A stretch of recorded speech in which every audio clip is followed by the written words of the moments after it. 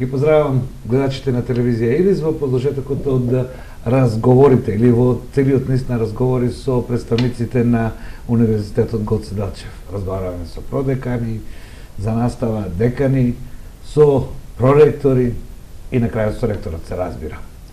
Структурата на интегрираниот Универзитет Гоце Делчев е таква, која е поразлична малку од структурата на поранешните државни универзитети во Македонија. Да споменеме дека тој постои 11 години, убаво е кога кажеш 11 години како реминисценција на вложен труд и општествени средства, но за вакви институции и високошколски установи тоа е само еден момент. Да направиме една паралела со постоењето на околните земји околу нас и нивните универзитети, еве соседна Србија со законот во Кралството Србија 1805 година со поминување на високата школа. Во високата школа започнува тоа што тие го оценуваат како универзитет, инаку самиот назив Белградски универзитет започнува 1907 година. Еден дел поминал во академија. Бугарската висока школа или универзитет, што денес го нарекуваме, исто така е формиран званично со акт на царството, на кнежеството Бугарија со 1897 година. И тоа е интересно, атам да не зборуваме за историја. Најдолго од сите овие универзитети има свеучилиште во Загреб, кое исто така е направено со одлука на царско-кралската влада на Австро-Унгарија и е формирано како висока школа, баш со таков назив, 1837. Затоа го направив ова како споредба, за да видите колку е значат 11 години од развојот на високошколска установа.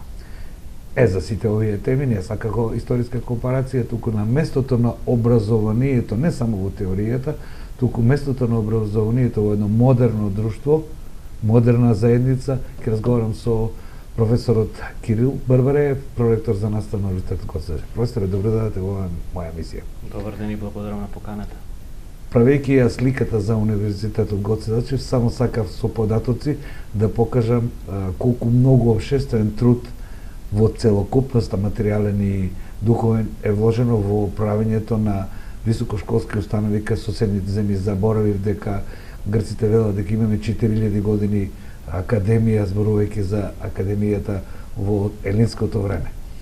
Значи, сепак ова 11 години е малку, но толку е колку што е. Според тоа што вие секојдневно го гледате, напредуваме ли во наставата, бидејќи вие сте проректор за настава, во концепирањето на наставата заедно со потребите на времето, или се уште се обидуваме да имаме основни организациони форми на универзитетот?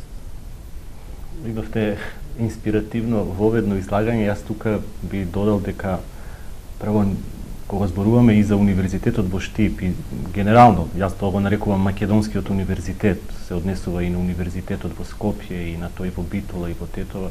Ние не треба да забораваме дека имаме традиција од 886 година да е првиот универзитет во светот.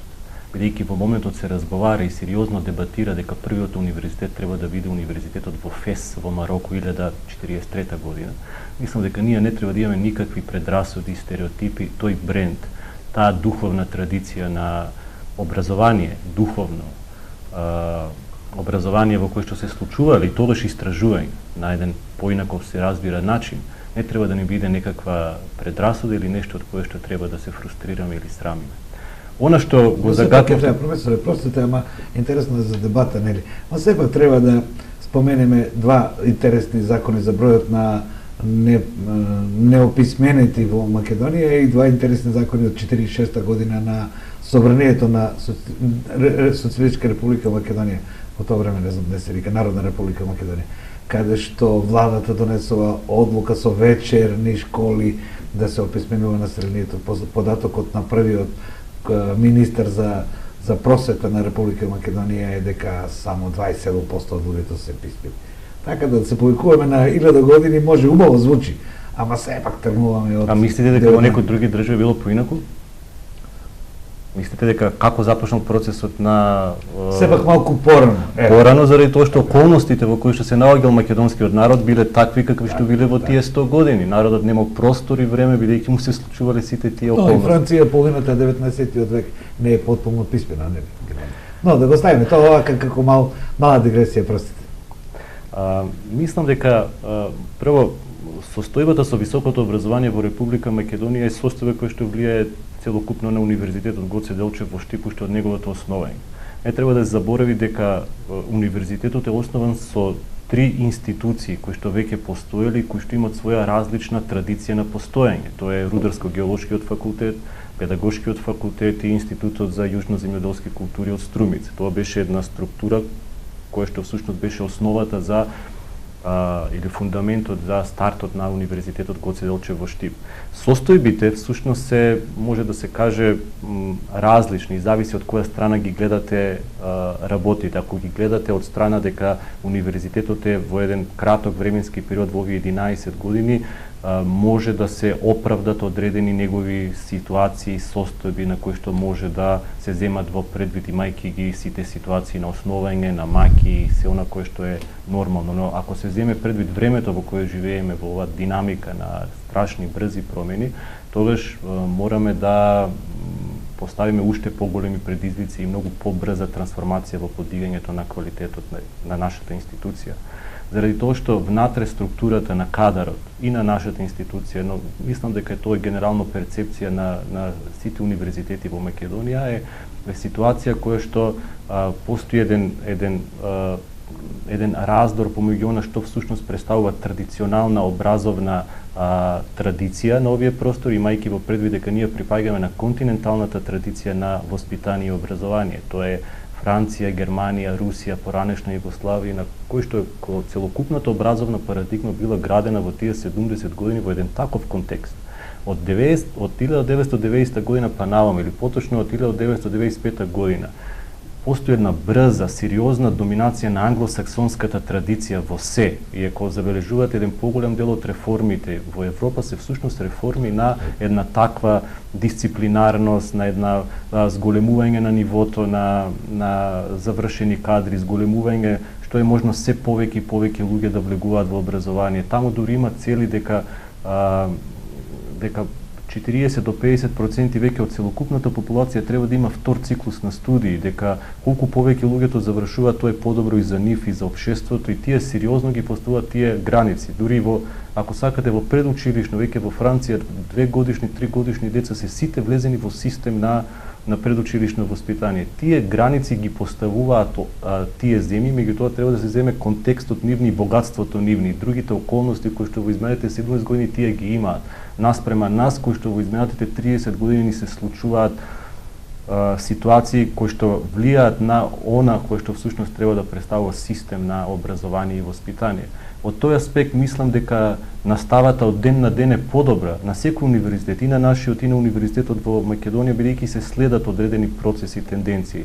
Ако ме прашате дали јас лично сум задоволен, лично не сум задоволен од она кое што всушност треба да биде настава на една високо образовна институција, но тоа пред се е личносен чин. Знаете, наставата, науката се индивидуални, креативни чинови кои што многу зависат од личната перцепција, од сопствената потреба за себе развој, од она што вие сакате да го понудите на студентите и на колегите како наставен кадар, како научен работник. Така да тие се прашања кои што денес можат брзо да се осознаат. Средината коментира за секој од нас и каков наставник и каков научен работник е, како што коментира и за каков наставник е некој во основно и средно образование. Така да тоа е едно прашање кое што е сериозно и тука нема прашање, тоа прашање не може некој да каже дека е затворено. Тоа е тоа доживотно, секој ќе биде отворено. Професоре, имаме една актуелност денес. Не мислам да ве прашувам за политичките движења, но сепак сообразно со најголемите актуелности.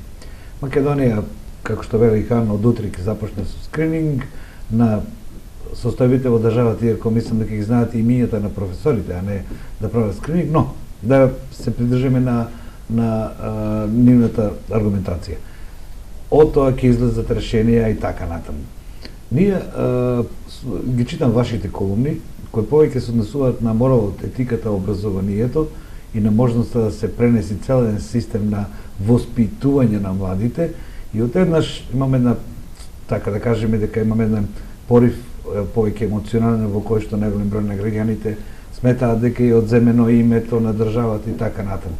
Но рационалниот свет вели дека Македонија ќе се судри точно со тоа што вие преска го рековте, малечката средина во која што секој знае се, или со губење на нашиот идентитет, а на жалост нашиот идентитет е склоност кон корупција, склоност кон за автаркичност на средината.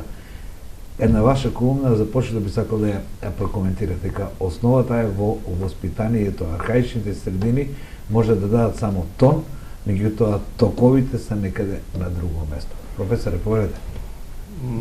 Дефинитивно клучната тема во Македонија, кој што сите ја забораваме, особено политичарите, е образовниот систем.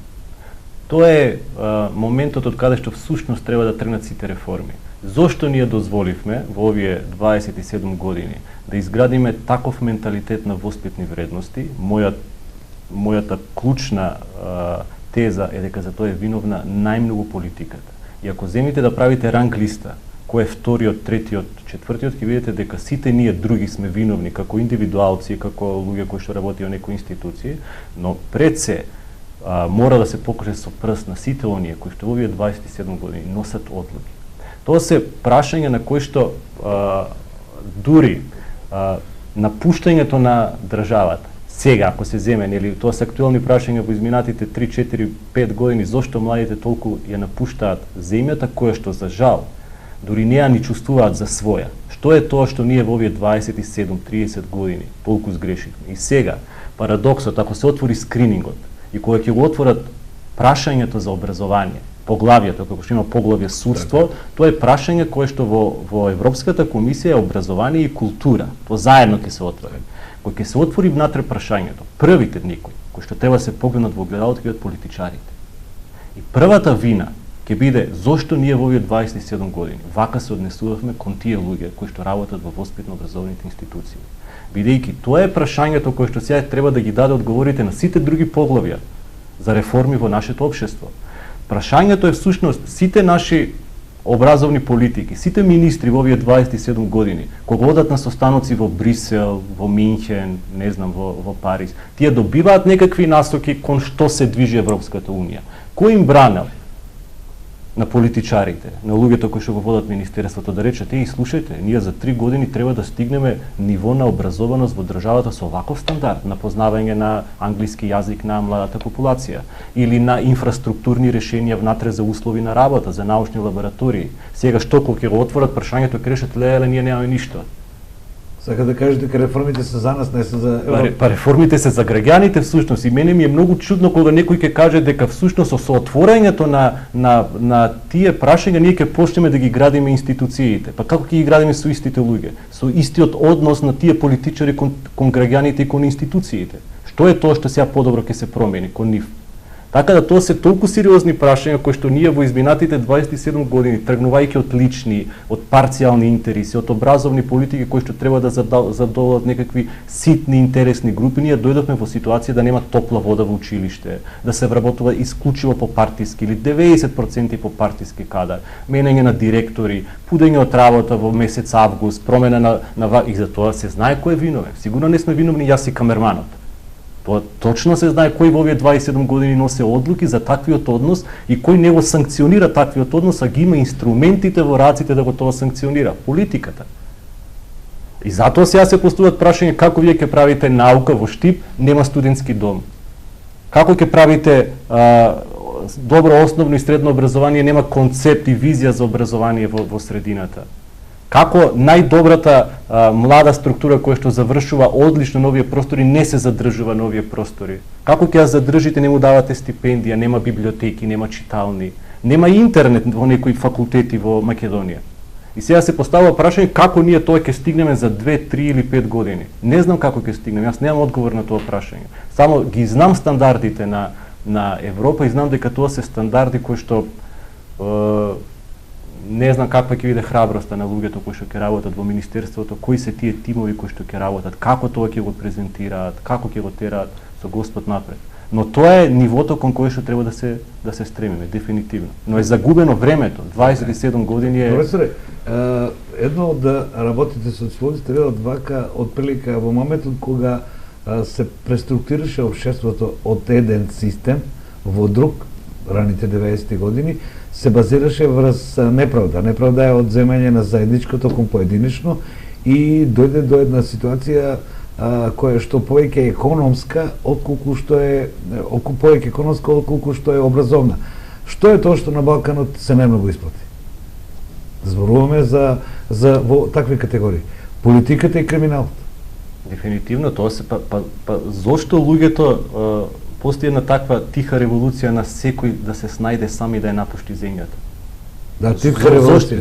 Зошто се јава тоа? Затоа што они гледат дека всушност немат пример за идентификација. Со кого ќе се идентификуваш ти за да можеш да ти биде дострел после 10-15 години во општеството и државата? Кој е примерот? Вие гледате дека младите луѓе не можат да препознаат свое средиште за да останат тука. Непрепознавањето на тоа средиште онаоѓа доверба кај некој пријател, другар, член од семејството кој што му, гледајќи го како се снашол во некоја средина, бара собствено решение за тоа. Затоа ние енергијата на младите луѓе, вчера имаше резултати кај заминале во овие 10 години или во овие 15 од 2000-та година, тие се сега 18 години, каде кога се родиле 24.000 во 2000-та година, кај се сега тие 18 годишници, нема 9000 од нив. Тоа е еден град. И сега тоа никој не го поставува како приоритет на прашање и како тоа ние во еден краток временски период треба да почнеме да постигнуваме некакви стандарди, како да создаваме стимулативна средина, како да почнат младите да го чувствуваат тоа чувство на заедништво и на припадност, да се идентификуваат со местото кај што се родиле. Тоа се прашања паралелно кои што треба секој ден да ги поставуваме сите ние во државата, најмногу тие кои што ја водат државата. Но сепак се регрутираат од заедницата, вредностните системи, вие сте експерт за тоа, вредностните системи се поставуваат во нараните години, професоре. Мора да имаме комплементарна социолошка заедница во која што на тие барем основните воспитни мерки кај на раните години ќе им се постави дека вредностите во заедницата не може да бидат лични. Тоа точно дека се поставуваат во најмала детска возраст и тоа многу зависи од семејството и културата и средината во која што се развива детето, но постојат и така наречени теории на социјално учење, на теории на учење на средината на Карл Роџерс, кој што објаснува и зборува дека всушност тоа е проблемот кој што го имат сега учителите во Македонија. Вие не можете да му објаснете на едно дете да биде честно, морално и воспитано кога тоа исто дете, тој ист млад човек има силен аргумент пред себе дека нечестните, неодговорните подобро живеат, подобро се сноѓаат во просторот. И он сега вие што ми проповедате вие на мене кога не може никој да ги санкционира тие кои што се одговорни. Тоа е прашањето на воспитанието кој што во моментот ја губи својата функција и позиција и средината станува антивоспитна. Сега средината е таа која што создава модели. Вие гледате сега, ако направите една анализа, погледнете го сега периодот во кој што влегуваме како летен временски период. Имаме универзитет, имаме средно образование, имаме основно образование, имаме предучилишно воспитание. Што се случува во тие институции во текот на летниот период? Каде се младите? Каде е библиотеката? Каде е домот на културата, каде е театарот, каде е центарот за култура, каде е мултимедијалниот центар. Значи, поставите ги тие прашања, видите во што тоа ние инвестираме и ќе видите дека ние не инвестираме во култура, не инвестираме во образование, ние инвестираме во некакви краткорочни, секојдневни задоволства во кои што многу е поважно да коментирате, да се појавите, да се сликате на Facebook или на некои такви социјални мрежи. Хедонизам како начин на живот. Значи, тоа е нешто во кое што одамна е кажано, со какви мисли се оптеретуваш, таков ќе ти биде и... Професоре, мала пауза за реклами велат од режијата, па продолжуваме со втори дел.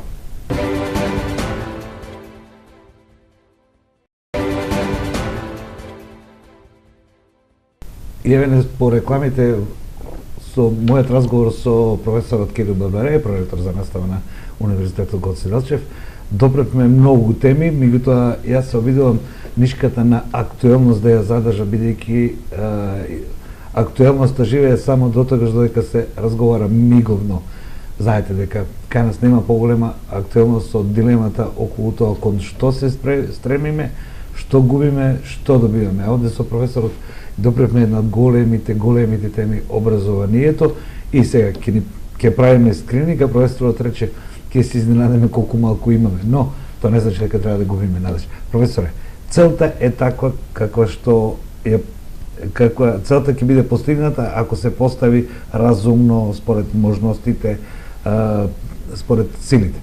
Сега, македонското општество има донесено одлука да се движи кон функционално и развиени системи.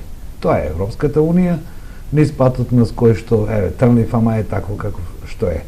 Колку ние сега со овие, како што го детектиравме, наши навики, за кои што делумно се комплементарни со нив, ама делумно, нефункционално. Колку можеме во наредниот период да допринесеме започнато преку дискусија, а после преку законски и реални мерки. Можеме ли, простите што предават горе трема прашање, можеме ли за момент да почнеме да биваме искрени? Искрени. Тоа е првиот момент. Зборуваме за реформи во судството, а не слушаме дека судиите меѓу себе се одлучуваат, колега, ти не си добар судија. Јас би постави тако прашање на мнозина од вашите колеги. Одеднаш Министерството лиферуваше податок 4000 универзитетски професори во Македонија. Може би да видим искрен, господа, не сте универзитетски професори. Така е, значи, првото прашање кое што, и тоа е добро што ќе започне тој момент на скрининг во како гледало? Така е, значи, всушност реформата на било што, тоа се учи знаете, постојат предмети на постдипломски студии кои што се нарекуваат типологија на реформи. Таму има типологија, што ви е целта. Значи, прво ние треба да видиме што ни е целта. За да видиме ние целта, треба да се погледнеме во огледалото и реално да си направиме една само рефлексија на самите себе и да си ги кажеме своите вредности, своите добри страни, да си ги кажеме и своите маани. И при тоа да заклучиме дека всушност сме премали за да се делиме, бидејќи во оваа држава се покажа дека 27 години влакното се цепе на две. И дека всушност најнезгодни или најмногу трпат оние кои што се наоѓаат на средината и кои што имаат различни ставови од двете партии во македонската страна. Нетолерантноста, исклучивоста. Значи, првото нешто кое што всушност треба да се изгради таква клима, и таа клима треба да изградат политичарите повторно. Тие се тие што го држат. Знаете овој диригентот во филхармонијата, тој го дава првиот знак. Интонацијата мора да ја дадат они мора да го направат помирувањето помеѓу она што всушност треба да представува следен период. Тоа помирување всушност треба да ги издиференцира релациите внатре. Каде ние сакаме да стигнеме во следните 10, 15, 20 години и кои ќе бидат нашите чекови. Каде ние можеме со своји сили да одеме и каде не треба да се фрустрираме и да поканеме луѓе кои што ќе ни помогнат во тој пат, во тој процес. Како ќе ги изградиме стандардите. Прашањето кое што треба да го постави Министерството за образование на универзитетите и на основното, средното и на предучилишното воспитание, јас зборувам како систем, е да го постави рече што е тоа универзитетски професор во Европа, бидејќи ние стремиме кон вредностите на Европа, припаѓаме на тој континент. Што е тоа еден универзитетски професор во Франција, кои се тие критериуми, кои се тие вредности, кои се тие вештини, знаења што ги има тој човек? Што е тоа учител во основно образование во Европа? Што е тоа воспитувач во градинка? Тие стандарди ние веднаш не можеме да ги постигнеме. И треба да се направи стратегија во која што добрите ќе влечат напред и ќе се стимулираат, а тие кои што всушност имат друго темпо, системот ќе направи корекција и ќе најде начин како да го искористи тој потенцијал кој што го имат тие луѓе, но кој што во моментот можеби не може да биде тоа што е стандардот за Европа. Тоа е моментот во кој што всушност може да го направи Министерството, ако пристапи со една реална анализа, ако умее да ги вклучи сите луѓе кои што колку се толку се барем нешто работат во изминатите 20-30 години, имат познавање на својата професија. Зошто е важно и зошто Министерството треба да ги праша тие луѓе? Затоа што не може некој што помалку знае да му кажува на некој што повеќе знае. Луѓето во образование и оној кој што најмалку работи и чита, сепак е повеќе во образование отколку некој кој што носи моментално одлуки во собрание или во министерство. Има поголемо искуство. Во тој системе има однос кон системот. Од тука мислам дека Јас верувам и не губам надеж дека ние имаме брилјантни научници, имаме брилјантни наставници. Ја гледате дека има млади луѓе кои што добиваат светски награди, наставници докажани со трудови своји. Има Македонска академија кој што има брилјантни луѓе во изминатите 70 години со резултати, уметници, писатели, спортисти. Сето тоа кажува дека без разлика што сме толку мали, ние имаме потенцијал и капацитет.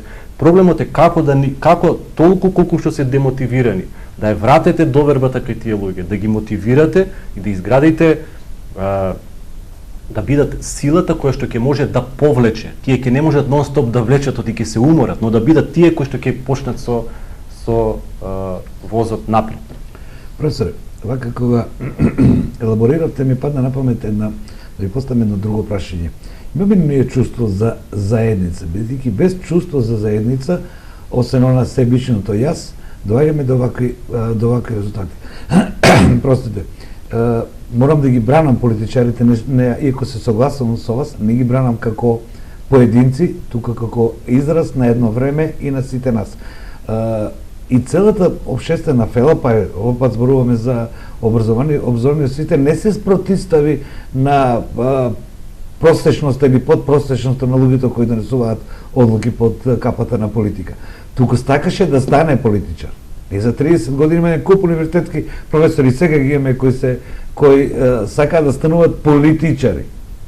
А од друга страна, да не кажам дека со не големи протести, точно со неколку протести чест на професор Петрушевски, не видовме иницијатива, освен да ми се зголеми платата или хонорарот, да влезна во некоја комисија каде што ќе учествувам. Како да немаме систем. Тоа е моје мислење.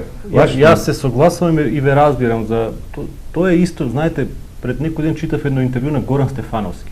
И тоа се вратив на тоа интервју е дадено 2000 години и го прашуваат зошто ти ја напушти Македонија. Зошто баш сега кога си најмногу потребен ја напушти Македонија. И тој тоа го објасни вака, работејќи на една представа, ми се чини Баханари или Хотел Европа.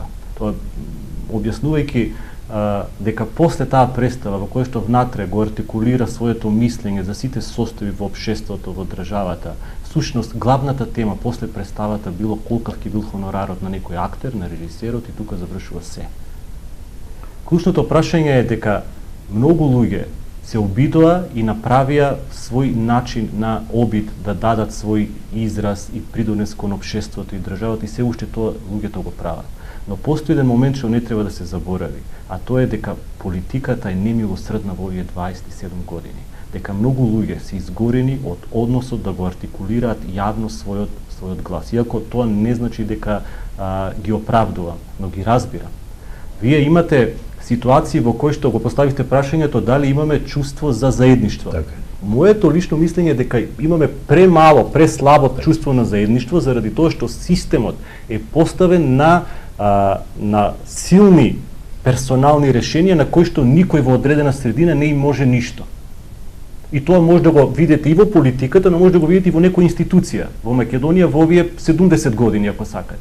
И сега вие имате индивидуалци кои што дават идеи во некоја институција, кои што сакаат да бидат активни, кои што доаѓаат со енергија по завршен факултет, и кои што некој постојано ги блокира, кои што викаат тоа не може, кај па сега ти најде ова да ајде смири се, ќе видиме после 2 години.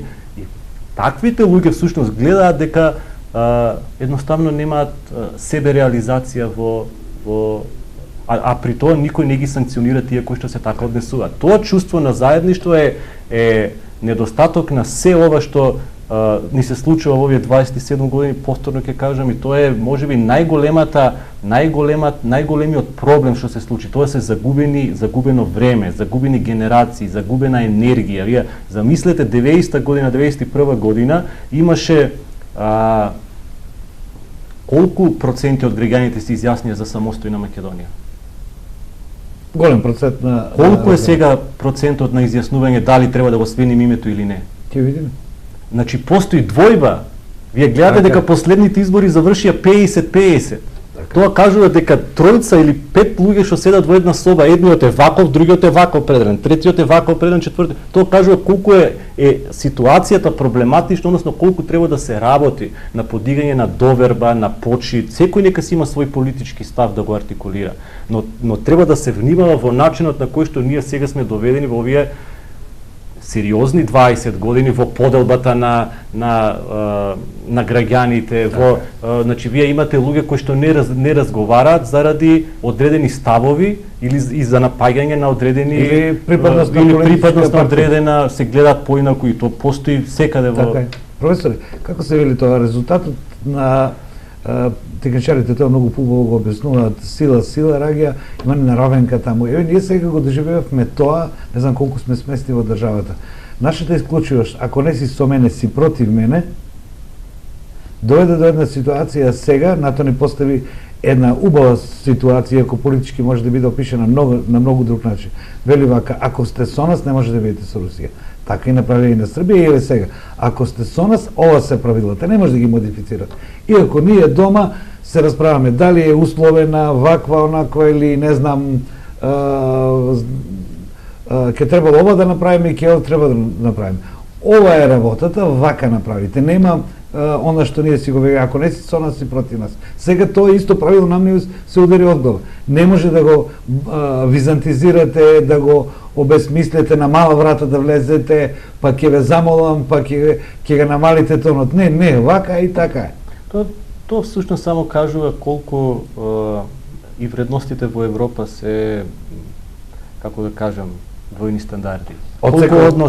Колку односот, што е тоа што 2 милиони жители, граѓани на Македонија ќе ги загрозат вредностите на Европа? Што е тоа што ние откако целото тоа треба да го направиме, ќе бидеме повредни за нив, наспрема тоа што сме сега во моментот. Тоа се прашања кои што, како да ви кажам, допираат лично до секој се мотивни прашања. Тие се прашања на култура, на традиција. Вие имате учителот.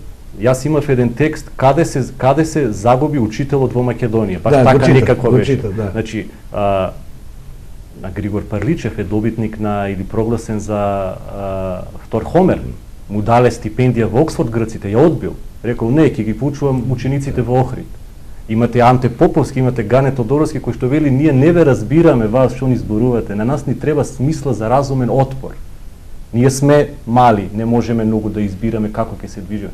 Но имаме некое чувство на, знаете, достоинство. Зборот достоинство значи да стоиш до, рамноправно. Значи или си достоен или не си. Ако ме поставувате на ниво на инфериорност и супериорност, тоа всушност кажува за колку сме ние различни во хуманистичкиот поглед на тоа дали сум јас човек или не сум човек. Така да тоа се за мене безсмислени теми за разговор. Така, професор, јас само кажав, направив една споредба, бидејќи ние сме дволични во секојдневното наше живење. Ако е од мојата страна, потоа политичката партија, тоа е добар, иако знаеш дека не е добар, а овој, ако е спротивната страна, е лош, иако знаеш дека е добар, и таа дволичност ни се удри од глава да видиме како се чувствува на повисоко ниво. Професоре, овие социолозите и колективните психолози нека даваат одговор на тоа. Имаме нов закон за образование. Ова прашање како и го поставив на министерката, мислам дека во една емисија и кажав дека таа рече дека е задоволна со поранешната министерка со вклучување на ФЕЛАФ. Што вели Кирил Барбареев? Јас лично ќе ви кажам дека според мене законот нема визија за реформа на воспитно-образовниот систем во Македонија. Немаше ни тој претходниот и немаше ниту еден во овие 15-20 години. Зошто го мислам тоа? Затоа што не се препознава целта. Или разговарахме каде ние треба да стигнеме. Знаеме ли ние сега како систем, воспитно-образовен систем, знае ли подсистемот на предучилишно, подсистемот на основно, подсистемот на средно и на високо, која е нашата цел во следните 10 години? Знаете, кога се прават реформи, и тоа се учи. Некои луѓе пишувале во 19 век за Тейлоров систем, за стандарди, за наставникот, учителот, тоа е напишано или од 1919 година. Ако сме ние тргнале кон тие вредности на Западот, ние треба многу да не измислуваме, туку да ги презиваме тие вредности и кон тие вредности да полека ги реализираме. Постои реформа на структурата и постои реформа на процесот. Реформа на структурата е како вие да направите добро студио телевизиско. Како да направите, што е тоа стандард за една училница, за една лабораторија научна, за една зграда, за една библиотека, за еден простор за еден студент, колку квадратни, за еден ученик. А процесот е како вие внатре луѓето во следните 5-10 години ќе работите на нивниот развој. И тие одат паралелно. Значи, вие не можете сега да се сведете во ситуација да сакате да влезете или да сакате да ги стигнеме стандардите во Европа, а немаме спортски сали. Не ги одржуваме, нема топла вода, нема игралиште едно надвор што свети во овие 10 години за спорт и рекреација, за култура. Нема таква инвестиција во инфраструктурата. Да не зборуваме за инвестиција на луѓето, за инвестиција на развојот на професионалниот развој на своето работно место.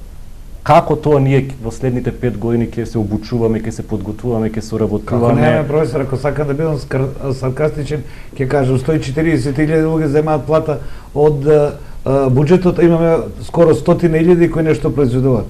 Да, ма тоа е сведено само на формално ниво, нели? Тука е важно, во оваа држава е важно да се рече дали взимаш плата и тука завршува се. Меѓутоа, што со таа плата, кој е мојот придонес? Знаете, ја тоа го често споменувам и сум го спомнал и во вашата телевизија. Имав прилика да го гледам системот на образование на Шведска. И сега некој ќе рече, ама не ги взимајте тие примери, Шведска не е пример. Не, тие се примерите за споредба со Македонија. Единствената разлика помеѓу Шведска и Македонија е тој мерит систем, дека таму ако вредиш, критериумот е тој, нема друг критериум. Дуалното образование во Шведска е направено во една Siemens е компанија во градче од 10.000 жители. Во таа компанија локалната самоуправа и Siemens ги прашува на 15 години 15 пати средношколците што сакаш да видиш ти во животот и која е твојата визија за местото каде живееш. Кај се ти гледаш за 10 години? Прашавме ли ние некој млад човек во оваа држава кај се он гледа за 5 години? Освен тоа што 90% ќе ви кажат дека не се гледа тука. И при тоа не се поставуваат тие прашања како приоритет и не се бара начин да се направи еден think tank на луѓе, на мислички резервоар, кој што ќе ја направи таа стратегија, на бела книга во која што ќе рече во краток временски период ние треба да стигнеме тука. За 10 години треба да стигнеме таму, здравје Боже за 15 години треба да ги стигнеме британците или финците, не знам. Словенија го прави тоа. Словенија во моментот има подобар систем од Финска. Па излезе од истиот контекст на поранешна Југославија. Тоа е многу парадигматична за Македонија како територија, како контекст на образование, но има друг однос. Во Словенија живеат словенци. Професоре, кажете како последна тема со која би ме замолил да поразговараме, а тоа е правењето на мериторниот систем. Нужност во сето ова е едно од прашањата е реформа на администрација. Што ме реформа на администрација е реформа и на Министерството за образование, така? И овде вели нужно е во времето на преговорите да изградите мерит систем. Кој е тој што треба да го направи? Колку е местото овде на високошколските установи во правењето на еден објективен мерит систем, каде што некој ќе биде оштетен, некој награден, нели? Повторно е прашањето заедничко, за сите во државата кои што ќе носат одлуки. Она кој што ние треба да го изградиме последниот период е да изградиме систем на споделена одговорност. Систем на споделена одговорност треба да изгради Министерството во следниот период, да ги формират тимовите и да ја даде одговорноста на секој кој што во моментот ќе треба да реформира еден дел од системот. Каде е одговорноста на професорите од економски факултет кои што ќе треба да работат на прашањето на економија? Каде е реформата на студиските програми по новинарство? Ја сега разговаравме со правниот факултет во Скопје, нема заинтересирани луѓе за вашата професија. Okay. Не дека не сакаат да бидат новинари, не сакаат гледајќи ги околностите во кои што се контекстот во кој што живеат. Сега тоа е прашање на кое што исто треба да му се пристапи стратешки. Тука треба да пристапи и владата, треба да пристапат и медиумите, треба да пристапи и научната заедница, треба да пристапат сите заедно да седнат, да разговарат и да изнајдат решение како ние сите заедно ќе веруваме дека тоа е патот во идните 10 години новинарската професија да биде таква. Тоа е патот во идните 10 години учителската професија да биде таква. Тоа е патот да земеме 1 милиарда евра кредити да ги реновираме училиштата, да направиме згради во кои што децата ќе бидат таму до 3 до 4 часот, дека ќе ги чувствуваат како најубавото место за живот и за настава и забава. Денес училиштата стануваат центарот на случувањето во една средина. Затоа што ако вие тоа не сте, ќе ви ги земат кафе баровите, ќе ви ги земат дискотеките, ќе ви ги земат. Тоа го имаме сега. Тоа го имаме сега. Значи сега кладилниците сте да гледате деца на 10 години се кладат во кладилница. Тоа се е дозволено, може да купите алкохол, може да купите цигари, може да станува збор за нешто кое што треба системот да се ресетира, но да се ресетира и да се препозна тоа малку што го имаме вредно, да се почне да се надградува, да се пронедат сите луѓе кои што може да дадат придонес, да се тргнат тие политички бои, како се вика, партии, не знам, не ме интересира тоа, Господ ме сочува од партии во овие 27 години. Но морат они тоа да го направат, бидејќи гледат дека граѓаните веќе бараат друг излез. Така. Професоре, само за крај. Ке само за кратко држијата ми јавува дека имаме 40 минути разговор. Ке се започне тој целиот процес од кој што од брзината на процесот на приближување кон Европа зависи само од Македонија. Ако се надеваме на кратки патишта и термините снајди се, па ќе видиме за нас ќе биде тоа, нема да се деси, бидејќи системот не заради нив, туку заради нас. Функционален систем кој организира едно посредно општество е за нас, не е за Холандија и тие си го имаат тоа. Според вас, имаме ли капацитет како народ, како вие сте професор, вашите студенти, идните жители на оваа држава, научната фела, ова да го направиме на начин на кој што треба да се направи. Инаку до сега се што се зафатиме, се правиме на половинче начин. Јас мислам да. Мислам дека имаме и мислам дека нас свесно не доведаа во оваа состојба да ги поставуваме овие прашања секојдневно. Затоа што вие немате пример на земјината топка, ваква организирана хајка против еден народ со една ваква правно-политичка историска неправда во изминатите 27, можеби повеќе години. Тоа е свесно, според мене, оркестрирано, да ти негираат се што може да ти негираат и самите да почнеш да си го поставиш прашањето стварно ве нас не бива или не бива. Значи, тоа е прашање кое што не се поставува. Ние сме докажале во изминатите години, децении, векови дека можеме и дека имаме капацитет, особено сега во 21 век, кога може за многу краток временски период. Имате стотици македонци кои што се на врвни позиции надвор од Македонија, кои што фали енергија како тие луѓе ќе се обединат за да дојдат и да придонесуваат за својата средина. Имаме изградено институции. Ние не сме толку лоши колку што самите во изминатиот период се направивме, но фали сега кондиција во тие институции, фали доградба.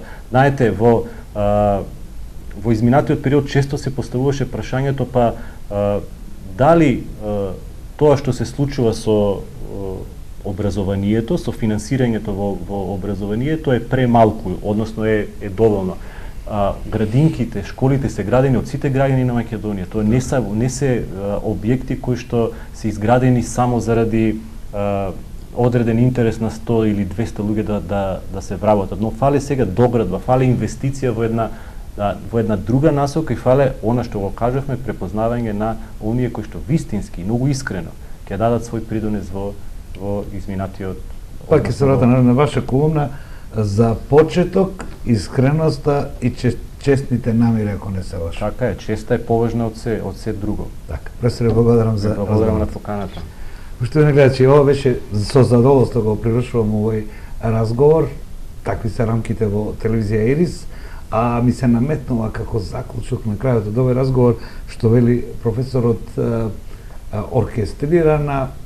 оркестриран притисок врз еден мал народ. Каиновиот гревот или вината се најтешко заборава во животот на еден човек, така и кај нациите. Знаете кој кого најмногу мрази во таа иста Европа кон која што се стремиме како вредносен систем? Протестантите и католиците, затоа што едни сметаат дека овие ги издале другите, а сите едната и другата страна ги мрази евреите. Така е проблемот со македонскиот народ. Европа, барем онаа која донесува одлуки, не може да заборави дека формирала нации и држави во 19. век со употребата на Виенската и Берлинската школа, Берлинската историска школа или историчари, каде се напишени истории на народи и држави кои денес верат дека тоа е исконско нивно. Да не влегуваме во тоа. Само сакам да кажам дека многу тешко се заборава вина. Ама тоа е човешка особина. До новата отворена на тема, довидување.